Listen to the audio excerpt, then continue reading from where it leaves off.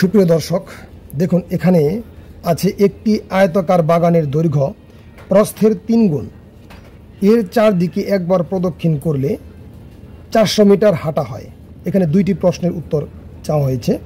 1 নম্বর, আয়তাকার বাগানের দৈর্ঘ্য কত, আর 2 নম্বরে আছে বাগানের ক্ষেত্রফল কত বর্গ মিটার। এখানে ক্ষেত্রফল বের করতে বলছে আর বাগানের দৈর্ঘ্য বের করতে বলছে। দুইটা জিনিস, বাগানের দৈর্ঘ্য এবং ক্ষেত্রফল নির্ণয় করতে বলছে। যাই হোক, এখন আমাদের কি কি দেওয়া আছে। প্রশ্নের মধ্যে বলা হয়েছে যে একটি আয়তাকার বাগানের দৈর্ঘ্য হচ্ছে প্রস্থের 3 গুণ। তাহলে এই অঙ্কটির সমাধানের জন্য আমরা 1 নম্বর সমাধানে আসি। মনে করি বাগানের দৈর্ঘ্য প্রস্থের 3 গুণ। যেহেতু দৈর্ঘ্য প্রস্থের উপর নির্ভর করছে, তাহলে আমরা প্রস্থ ধরে নেব। প্রস্থ x মিটার, এটা আমরা ক ধরতে পারি, আমরা x ধরলাম। তাহলে বাগানের দৈর্ঘ্য কত হবে? দৈর্ঘ্যের ক্ষেত্রে যে শর্তটা আছে সেটা হচ্ছে প্রস্থের 3 গুণ x হবে। কত হবে? 3x metre. এখন যেটা বলা হয়েছে যেখানে 400 মিটার যে বলছে, 400 মিটার হাঁটা হয়।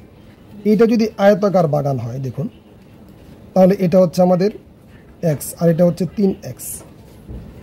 এখানে আয়তাকার বাগানের দৈর্ঘ্য এবং প্রস্থ হয়ে গেল। যেহেতু এখানে আমাদের চতুর্দিকে হাঁটলে 400 মিটার হাঁটা হয়।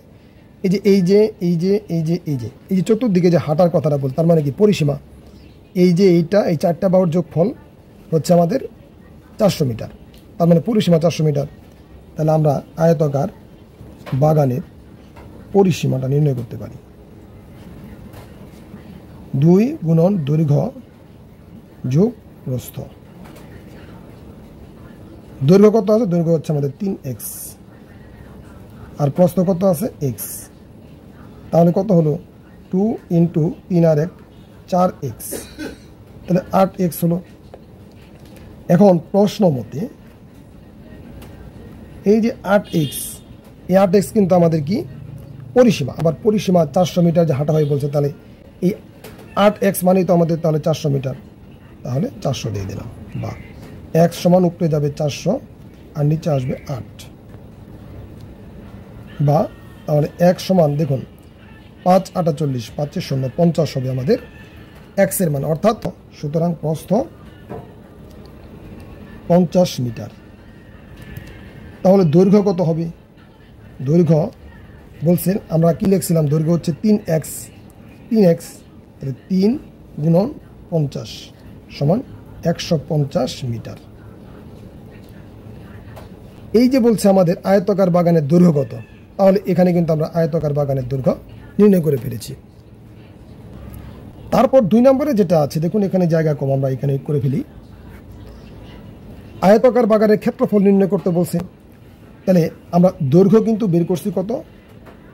দৈর্ঘ্য হচ্ছে আমাদের 150 মিটার। প্রস্থ কত আছে? প্রস্থ আমাদের হলো 50 মিটার। তাহলে ক্ষেত্রফল কত হবে? ক্ষেত্রফলের সূত্র হচ্ছে দৈর্ঘ্য গুণন প্রস্থ, বর্গ একক হবে, বর্গ একক। আচ্ছা, এখন দেখুন দৈর্ঘ্য কত আছে? 150 আর প্রস্থ আছে কত? 150 এবং দৈর্ঘ্য আছে 150 আর প্রস্থ হচ্ছে 50। তো দুটো যদি আমরা গুণ করি তাহলে কত হয়? 5 × 5 = 75 দিয়ে 2টা 0, তার মানে 7500 বর্গ মিটার। এই হচ্ছে উত্তর। আশা করি এটি বুঝতে পেরেছেন। ভিডিওটি ভালো লাগলে লাইক, কমেন্ট ও শেয়ার করতে পারেন। সকলকে অসংখ্য ধন্যবাদ। ভালো থাকবেন।